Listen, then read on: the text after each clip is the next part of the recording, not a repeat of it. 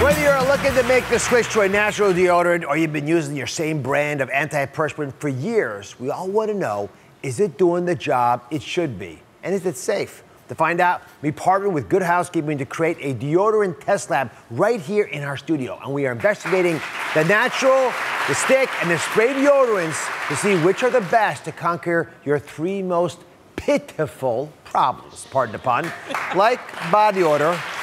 You like my jokes? Yeah, all right. Hey. It's still pitiful, the jokes, aren't they? And then there's sweat. You're all worried about sweat. She knows. We'll find out a little more about you in a second. And finally, those dreaded white marks that always end up on your favorite black shirt. Aren't they terrible? Awful. Let me see yours.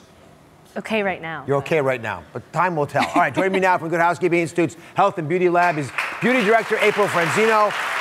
So it's interesting, when you're looking for the best deodorants at Good Housekeeping, you must have a strategy. You guys are so organized. We do. We definitely do. So we first start by looking at innovations in the market. So there are all sorts of different forms of deodorants and antiperspirants coming out now. There are wipes, there are sprays, there are even lotions and creams and serum formulas inspired by skincare. So we want to know whether those really work, because it's exciting to see new technologies, but you know, you're not going to want to try something that's not going to work for you. So we test every scent variant on 25 to 30 women in their real life over 2 weeks. They give us their evaluation on everything from odor protection to sweat protection, irritation on their skin, whether they transfer onto their clothes. So we really look at every attribute. Right, so you'll answer all of our big questions today. Coming over, we're going to put some of these ideas to the test with the most popular natural deodorants, stick, spray, antiperspirants, everything, all that's getting tested today. Welcome to come on next to me. You're going to help me a little bit. So here's the deal.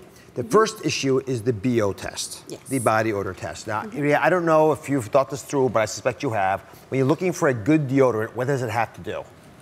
Well, it has to keep me fresh all day, and it has to last all day. You know, you don't want to be that person who, you know, other people inch away from when you're in close quarters, so. Yes.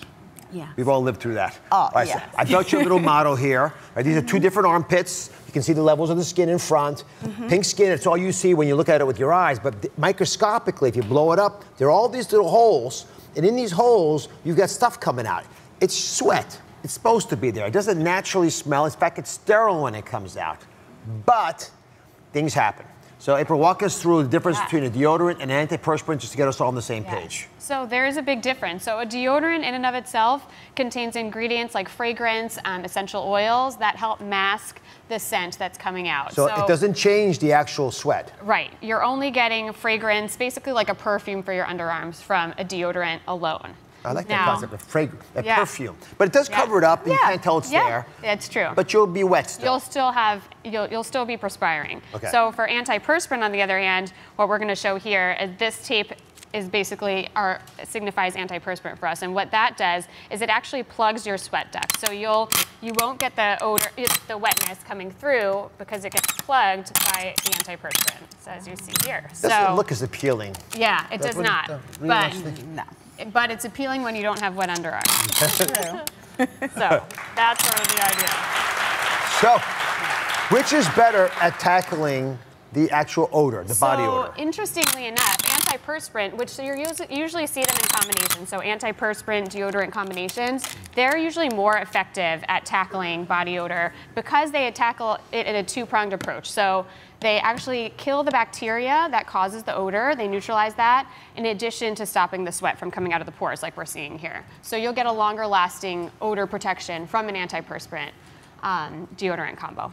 But some folks don't like the antiperspirants, and there are all these natural deodorants that have come out because they're worried about aluminum. Have you ever heard these rumors at all? Absolutely. Can I just say one thing now? I've studied this. We've had this battle in my household. There have been no studies to date that have confirmed any substantial adverse effects of aluminum that could contribute to problems. The one that was most feared was breast cancer. Yes, I get it. It's not natural. I personally don't like to use antiperspirants. I'd rather just sweat it out. I figured I just don't like the idea of it being plugged in there, but I don't think it's dangerous to do that. But these natural products, what do they use? What works for them? So they actually contain a mix of ingredients, usually natural oils like coconut, which you see here, baking soda, essential oils, and they all sort of work together to stop the odor. They form a little bit of a coating under your arms, and that helps. But they're not all created equal, so we're going to do a little sniff test here. So you made a concoction of natural odor and you put it under real people's armpits, theoretically, right? So smell that. Tell me what you smell. Look at her eyes. Look at her eyes. It's okay. It smells very tropical, like coconut based. I think pina colada. You put rum in this, wouldn't you? Ah, yeah. Yes, okay. This is very now good. sure. That's good. Now, smell this. Oh. Whoa. I can even smell it. Oh. No. That what? That smells like armpits mixed with gym socks mixed with disappointment. This is like old cat pee. Yes. Cat pee. All right. Wow. So obviously this is really bad, and this is actually quite nice. So what's the difference between the two? So there's really no difference at all. The difference is in people's body chemistry and the ingredients sometimes in the products. So it's a lot of trial and error with natural deodorants. You should use it for a couple weeks, see if you're getting the odor protection that you're looking for, and if not, you might have to switch to something else. Let me be clear. You could have the exact same product making you smell wonderful, but your smell terrible. Yes, and that's because your bacteria is just different in every single person. So. Yeah, there's a little gift from the show to you. Thank you. All right. Next up.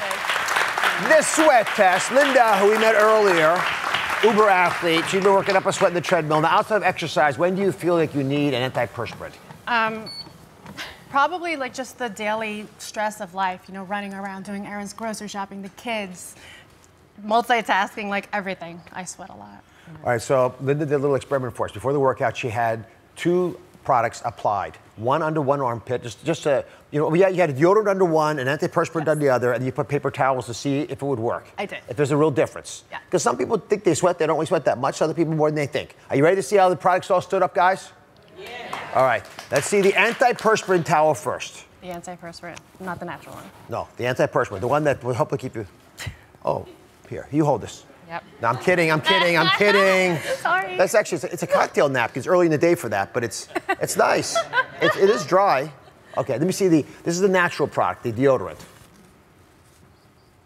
It's a little wetter, but not a huge difference.